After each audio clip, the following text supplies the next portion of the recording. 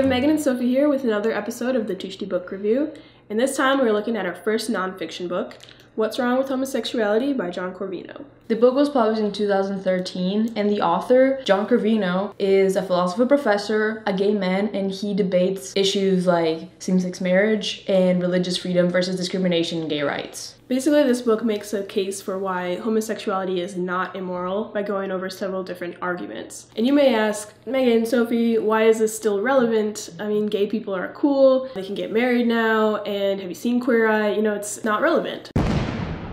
So this conversation is very, very relevant at the worldwide and at the country level. So in the US, only 22 states prohibit discrimination based on sexual orientation. Worldwide, only 26 countries out of 195 allow same-sex marriage. 72 countries in the world actually criminalize same-sex relationships. They criminalize homosexuality, and out of those, 8 actually institute death penalty for some cases of homosexuality. So yeah, this is very, very freaking relevant, and we should be talking about this. So now a brief outline to our video. First, we are going to summarize all of his main chapters, his main arguments that he goes over in the book. Then we are going to each talk about what we liked most about the book. Finally, we're going to recommend some future reading if you're interested about the topic. So first, let's talk about the chapters.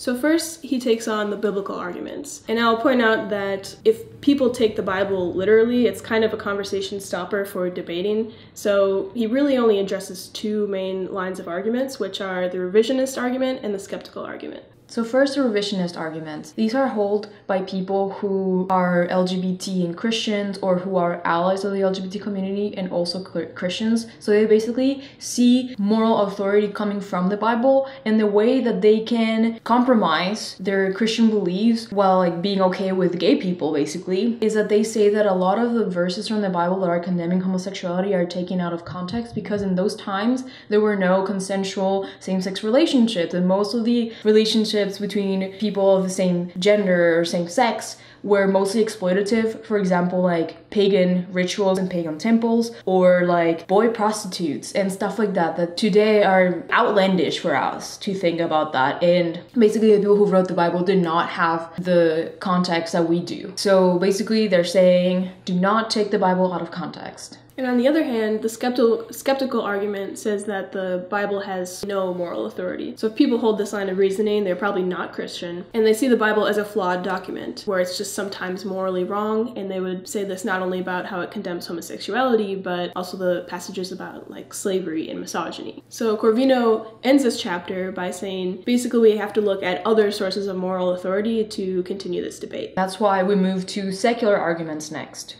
So next we have harm arguments, and in a nutshell what they say is that homosexuality is immoral because it harms individuals and society. And there's actually 3 challenges that Corvino brings forth, and the first one is accuracy. Why are people saying that homosexuality is harmful? Like, what is the methodology behind these studies that are saying that homosexuality is harmful? And he actually talks about some studies and just how flawed the methodology behind them is, and it's just laughable, some of these studies. So yeah. So the other challenge he brings up are the alternative causalities to these harms, which is a fancy way of saying that there might be something else that's causing harm to homosexuals rather than homosexuality itself. So some examples he brings up are suicide rates that are more prevalent among LGBT people. So most rational people wouldn't say that being gay causes suicidal ideation, but rather that it's society's shunning them that would lead to suicidal ideation. And the last challenge is that even if these 2 claims were true, the harms would still be worth it. And he has a great analogy here about playing football. So football, obviously, you can get hurt easily, you can get a concussion, but we still wouldn't say it's morally wrong to play football because you could hurt yourself. And by that same logic, we should actually be persuading women to go to lesbianism because it's a much safer form of sexual conduct because it doesn't have as high prevalence for STDs and pregnancy. So basically he just sums up that there are some risks that are worth taking if it leads to a better quality of life or generally makes you happy. So the next argument that Corvino talks about is the one that says that homosexuality is unnatural and thus it is immoral. So in this context, the word unnatural has a lot of meanings, and actually Corvino tackles each one of them. Yeah, so the first one, when some people say that something is unnatural, they really mean it's unconventional. But Corvino quickly points out that a statistical abnormality is not the same as a moral failing. For instance, we would not say left-handed people are immoral because it's a statistical abnormality. The second argument that Corvino refutes is the one that says that because we cannot observe instances of homosexuality in the animal kingdom, then homosexuality must be immoral because it is unnatural. This has two problems. The first one is that it's factually inaccurate because there are literally hundreds of instances of homosexuality observed in the animal kingdom, and secondly, even if there was not a single instance observed, it would still not mean that homosexuality is immoral because we should not be deriving like moral values from the animal kingdom. Like for instance, we do things that animals do not do, like we drive, we cook, we use electricity, we read, etc., etc., and we do not think that those things are immoral. So this argument is just utterly flawed. So the next argument is that homosexuality is immoral because it's violating organs' principal purposes. And by this, he's really hinting at procreation. So first he points out the obvious, that there are heterosexual couples that either can't procreate or choose not to procreate, but we don't say that that's immoral. But then he jumps deeper into arguments of Thomas Aquinas, who basically says that any sexual act that does not lead to procreation is a sin against nature, and that means it's really a sin against God. And so he looks at these as the worst types of sins possible. But if you follow this line of reasoning like Corvino does, you quickly find it's flawed because, for instance, masturbation is a non-procreative sexual act, whereas rape can be procreative, and rape is a sin against man, whereas masturbation would then be a sin against God. So he's basically saying that masturbation is worse than rape. This is quite a bitter pill to swallow for anybody who's following the line of reasoning of Thomas Aquinas. Corvino also says that the failure to pursue a good does not mean that you're undermining the good, which is a really awesome one-liner. Lastly, he also talks about this new natural law, which is pretty dense and pretty complex arguments, so we're not gonna go over them. And also the reason is that, okay, like homophobes will normally not be talking about new natural law arguments, and your homophobic uncle at the dinner table will not be bringing these arguments forth. So the next chapter looks at if homosexuality is a choice or if you're born that way, and how it's basically irrelevant to the conversation of morality. The reason why it's irrelevant is because it doesn't matter whether you choose something or you're born that way and you cannot choose it. The morality does not depend on that. It's moral or immoral independently of whether you choose it or you're born that way. And I'll give you two examples. The first one is psychopaths who have this like need to kill people. If you're born a psychopath and you want to kill people, killing someone is not moral because you were born that way. By the same coin, like a lot of religious conservatives, like they want to be protected, they want their religion protected, and they say it's moral, even though it's a choice. So even though it's a very interesting chapter and the question itself is very interesting, if homosexuality is a choice or not, it's not relevant to its morality.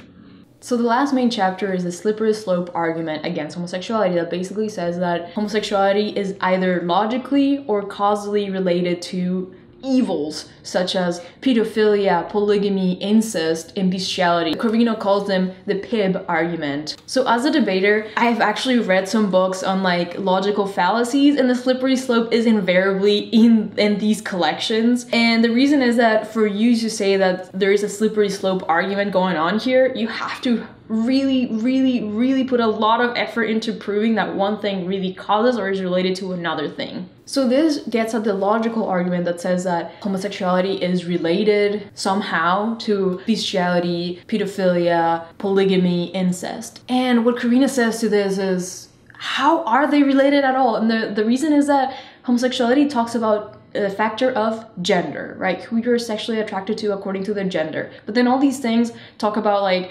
pedophilia is age, incest is blood relationships, and like polygamy talks about the number of people in the relationship, and bestiality talks about the species of the members of this relationship, right? So you're talking about completely different like factors going on here. And just to make it super simple, in a world where you criminalize homosexuality, you can still make bestiality, incest, polygamy, and pedophilia legal because they can all be either heterosexual or homosexual. So right, then you get into the causal side of arguments, which basically says that even though none of these things are logically related to each other, passing laws or giving rights to one group may embolden another group. So he points out the example of gay marriage and polygamy. And even though gay marriage has already passed, this book was written before gay marriage, but he still says that for gay marriage to embolden the polygamous movement, they would have to be somewhat related. And he basically says that they are pretty counter to each other. For instance, gay marriage promotes equality among the sexes, whereas historically, polygamy has been very classist and sexist, with a lot of male dominance. So just so you guys know, there's a lot more nuance in the actual book, so you should definitely go and read it. And actually, now we're gonna talk about what we liked about the book. So there are really two main things I loved about this book. One is that Corvino himself and the way he writes, he is definitely a conversation starter and not a conversation stopper. It can be easy in debates like this to really halt at one argument that really bothers you. Like, for instance, if people compare homosexuals to pedophiles, you know, for most people that's really turn off, but he still engages with that argument and shows why it's morally wrong. The other thing I like about this book is that I look at it as kind of like a tool set for LGBT people that they can use in their daily lives. Basically, if you're an LGBT person and you want to actually respond to any stock arguments against yourself, this gives you good answers about what you can say to those people, whether they're, you know, just outright bigots or they're your own family members that really want to understand more about what you're going through. The reason why I love this book is that Corvino gives you so many good nuanced arguments, layered arguments, and like he breaks each argument against homosexuality apart and explains why it's either not relevant or like it's flawed, etc. So now we're going to talk about future reading. So the first book we want to bring up, actually have here, it's called Walking the Bridges Canyon by Kathy Baldock. And this book we recommend because it is a great primer on LGBT history and it talks more in depth about homosexuality and the Christian culture. The next book is Debating Same-Sex Marriage, Point Counterpoint, and it was also written by John Corvino and this woman called Maggie Gallagher. John Corvino in this book is pro-gay marriage and Maggie Gallagher is against it, and they just like level arguments for both sides, and it's really interesting. Also, I'd recommend it read, and the thing is that they touch on different topics, like other than just the morality of homosexuality, because the question of whether to legalize same-sex marriage is independent from whether homosexuality is moral or immoral.